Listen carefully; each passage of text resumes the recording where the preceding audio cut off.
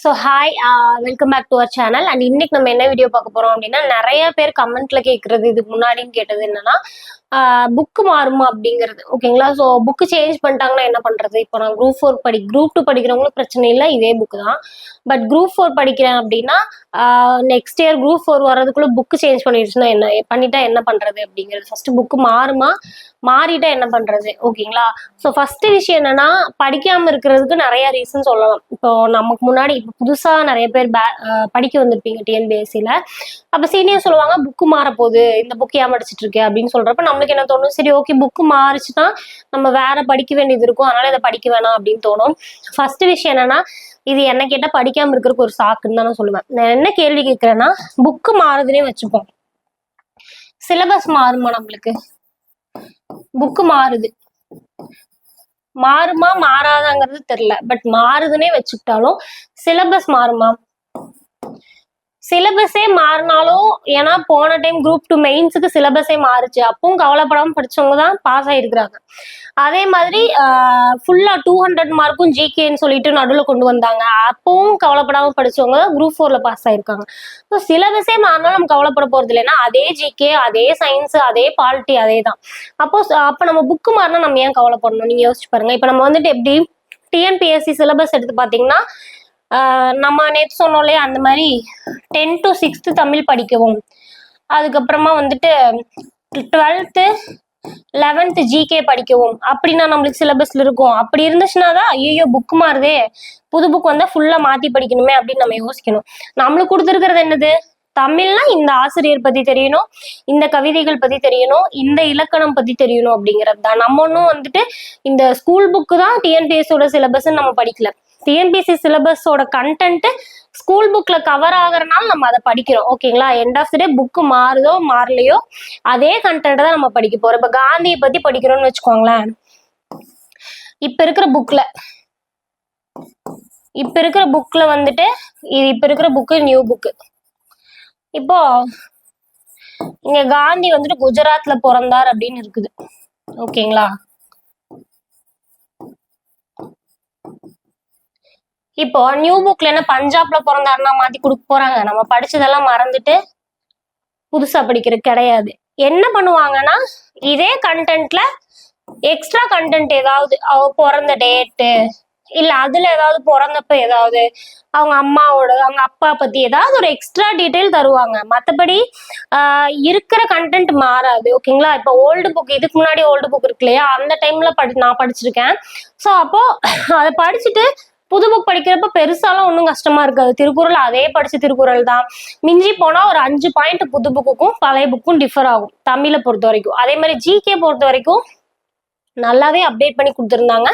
But பேசிக் எல்லாமே நம்ம புது புக்ல படிச்சது தான். நியூ புக் வரப்ப இதுக்கு மேல அப்டேட் பண்ணி கொடுக்க முடியாது, ஏன்னா இதே ஓவர் கண்டென்ட்டா தான் இருக்கு. இப்ப நம்ம கரண்டா படிக்கிறது இந்திய அரசமைப்புலாம் பார்த்தா 10th அவ்வளவு அழகா கிளியரா சொல்லியிருப்பாங்க, அதை தாண்டி கொடுக்க முடியாது. அதை மீறி கொடுத்தாலும் என்ன 5 பாயிண்ட் எக்ஸ்ட்ரா படிப்போமா, படிச்சுட்டு போயிடலாம். ஸோ இந்த புக்கை படிக்காமையே வச்சு இதுல சம்மந்தமே இல்லாத ஒன்று நம்மளுக்கு கொடுக்க போறது இல்லை. அதே கான்ஸ்டியூஷன் தான். புது புக் போடுறதுனால நம்மளுக்கு என்ன இந்திய அரசமைப்பு மாற்றவ போறாங்க? மாற்ற மாட்டாங்க. ஆல்ரெடி இருந்த சட்டங்கள் மாறப்போதா? மாறாது. சிலபஸ் மாறப்போதா? மாறாது. அதே கண்டென்ட், அதே சட்டம், அதை நியூ புக்ல இப்ப கரண்டா இருக்கிற புக்ல படிக்கிறோம். சப்போஸ் புது புக் வருதுன்னா அதுலயும் படிக்கிறோம். ரிவிஷன் மாதிரி தான் நம்மளுக்கு ஆகும். எக்ஸ்ட்ரா கண்டென்ட் படிக்கிறப்ப என்ன எக்ஸ்ட்ராவா தெரிஞ்சுக்க போறோம், அவ்வளவுதான். இப்ப நம்ம 7th வந்துட்டு மராத்தியர்கள் பத்தி பேசிக்கா படிக்கிறோம், ஒரு 2 பேஜ்ல படிச்சிருவோம். அதே எக்ஸ்டெண்டட் வெர்ஷனா என்ன பண்றாங்க, 11th கொடுக்குறாங்க. அதே மாதிரிதான் பண்ணுவாங்க. இல்ல குறைச்சு கொடுத்தா இன்னும் ஈஸி தான், ரிவிஷன் பண்ணிட்டு போயிடலாம். ஓகேங்களா? ஃபர்ஸ்ட் விஷயம், சிலபஸ் மாறாது. ஸோ அதனால புது புக்கு சேஞ்ச் ஆகிறத பத்தி யாருமே கவலைப்பட வேண்டாம். ஓகேங்களா? இங்க என்ன இருக்குதோ அதே தான். இது ஃபேக்ட், நம்ம படிக்கிறது எல்லாமே ஃபேக்ட். ஸோ அது எதுவுமே வந்துட்டு மாற போறது கிடையாது. இலக்கணம்னா இலக்கணம், இதுதான் இலக்கணம். அகப்பொருள்னா அகப்பொருள், இதுதான் இலக்கணம் அப்படின்னு சொல்லிட்டு, என்ன ஐகார குறுக்கம்னா ஐகார குறுக்கம், அது ஓல்டு புக்ல படிச்ச அதே டாபிக் தான் வந்துட்டு நியூ புக்ல கொடுத்துருப்பாங்க. நிறைய சொல்லுவாங்க, இல்ல மேடம் நம்மள ஐகார குறுக்கம் வந்துட்டு ஓல்டு புக்ல 1/2 பேஜ் தான் இருக்குது, 3/4 பேஜ் இருக்குன்னா அது உங்களுக்கு ஈஸியா தான் நீங்க பார்க்கணும். ஏன்னா அது 1/2 பேஜ்ல சிங்கிள் வேர்ட்ல சொல்லியிருப்பாங்க. அது புரியாதவங்களுக்கு கூட இன்னும் புரியுற மாதிரி அதுல எக்ஸ்ட்ரா தான் கொடுத்துருப்பாங்க. நம்ம ஒரு பேஜையும் ஒரு லைனையும் மனப்பாடம் பண்ற மோட்டிவ்ல பார்த்தா அது கஷ்டம். எப்படி நம்மளுக்கு புரிய வைக்கிறாங்க, விரிவா சொல்லி புரிய வைக்கிறாங்க. ஸோ அதை அண்டர்ஸ்டாண்ட் பண்ற மோட்டிவ்ல பார்த்தா ரொம்ப ஈஸி. ஒரு விஷயத்த யார்ட்டையாவது நம்ம டவுட் கேட்குறாங்க, ஒரே வேர்ட்ல சொல்லி முடிச்சிட்டாங்கன்னா நம்மளுக்கு புரியுமா, உட்கார வச்சு எக்ஸ்பிளைன் பண்ணா புரியுமா, அதான் வந்துட்டு நியூ புக்ல இப்ப இருக்கிற புக்ல பண்ணியிருக்காங்க. அதே மாதிரிதான் எக்ஸ்டெண்டட் வெர்ஷனும் வரும். ஓகேங்களா. ஸோ முதல் விஷயம் கண்டென்ட் மாறாது. ஓகேங்களா.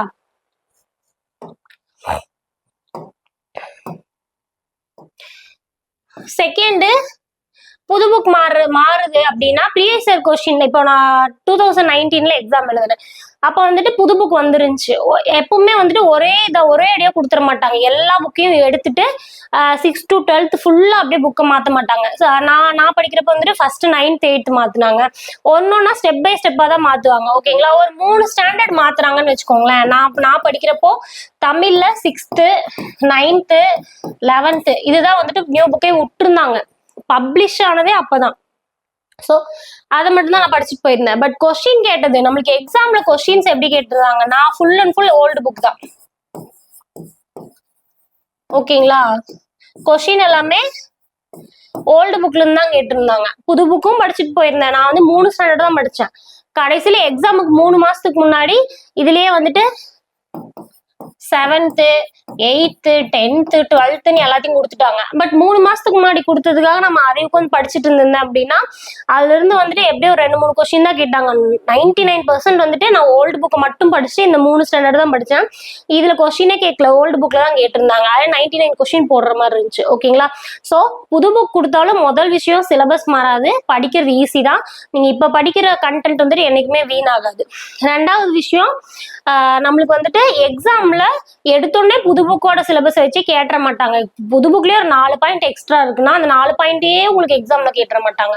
ஓல்டு புக் தான் கேட்பாங்க. அடுத்தடுத்த வருஷம் தான் வந்துட்டு புது புக் கேட்க ஆரம்பிப்பாங்க. ஓகேங்களா. 2019 நடந்த எக்ஸாம் டைம்ல தான் வந்துட்டு புது புக் வந்துச்சு. இப்ப 5 வருஷம் ஆனனால அடுத்து புது புக் வருமானு கேக்குறீங்க. அந்த டைம்ல பாத்தீங்கன்னா புது புக் வந்து 1 இயர் கிட்ட ஆயிடுச்சு. ஆனா புது புக்ல இருந்து பெருசா கண்டென்ட்டே கேட்கல. ஜிகேல கேட்டிருந்தாங்க, தமிழ்ல கேட்கல. அது எந்தெந்த புக் பப்ளிஷ் ஆயிருந்துச்சோ அதான் கேட்டிருந்தாங்க. அந்த புக் படிக்கிற கஷ்டமா இருந்துச்சுன்னா கஷ்டமா இல்ல. ஏன்னா அதே ஜிகே அதே இந்திய அரசமைப்பு எல்லாமே ஓல்டு புக்ல படிச்சது தானே. இன்னும் கொஞ்சம் கிளியரா இருக்கு, இன்னும் கொஞ்சம் எக்ஸாம்பிளோட இருக்குது. அந்த 4 பாயிண்ட சேர்த்து மனப்பாட போறோம், அவ்வளவுதான். சோ புது புக்கை பத்தி கவலைப்படாதீங்க. சரி, ஓகே. அப்ப புது புக் வருதுன்னே வச்சுப்போமே. வந்துச்சுன்னா என்ன பண்ணலாம் அப்படின்னா, ஃபர்ஸ்ட் இப்ப இருக்கிற புக்கு கரண்டா என்ன புக் இருக்குதோ அதை வச்சு சிலபஸ கவர் பண்ணி டெஸ்ட் எழுதுங்க. ஓகேங்களா. அப்போ சிலபஸ கவர் பண்ணி டெஸ்ட் எழுதுங்க. சப்போஸ் எக்ஸாம் வரைக்கும் டிலே ஆகி புது புக்கையும் விட்டுட்டாங்க, 6 மாசம் கழிச்சுதான் எக்ஸாம்னா புது புக்கு வந்துட்டு ஒரு டைம் ரீட் பண்ணிட்டு ஓல்டு புக்கை ரிவிஷன் பண்ணிக்க வேண்டியதுதான். ஓகேங்களா. ஓல்டு புக்கை விடக்கூடாது. ஓல்டு புக்கை ரிவிஷன் பண்ணிட்டு புது புக்ல ஏதாவது எக்ஸ்ட்ரா பாயிண்ட் கொடுத்தா ரீட் பண்ணிட்டு போய்க்க வேண்டியதுதான். இப்படி பண்ணாலே வந்துட்டு 100% ஈஸியா பாஸ் பண்ணிடலாம். ஓகேங்களா. புது புக்கை கொடுத்து அப்படியே ஒன்றும் புது புக்ல கேட்க மாட்டாங்க.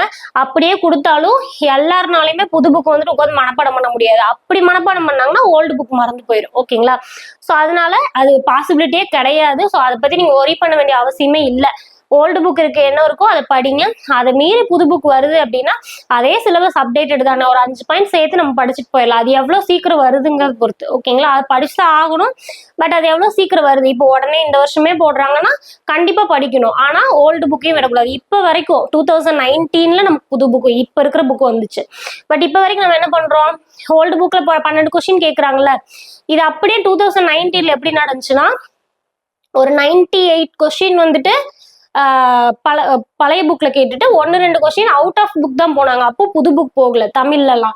ஓகேங்களா. இப்ப அப்படியே உல்டா ஆகி 90 கொஸ்டின் வரைக்கும் கரண்டா இருக்கிற புக்ல கேட்டுட்டு ஓல்டு புக்ல ஒரு 12. இப்ப வரைக்கும் அந்த ஓல்டு புக் விடல. ஸோ எண்ட் ஆஃப் த டே அந்த ஓல்டு புக் நமக்கு தேவைதான் படும். இப்போ இது புது புக் வந்துச்சுன்னா இப்ப நம்ம படிக்கிறது ஓல்டு புக் தான் ஆகும். பட் இன்னும் 5 வருஷத்துக்கு இதோட இம்பாக்ட் இருக்கும். அதனால இந்த புக்கு படிக்கிறது வேஸ்ட் ஆகாது. நம்ம போடுற எஃபர்ட் என்னைக்குமே வேஸ்ட் ஆகாது.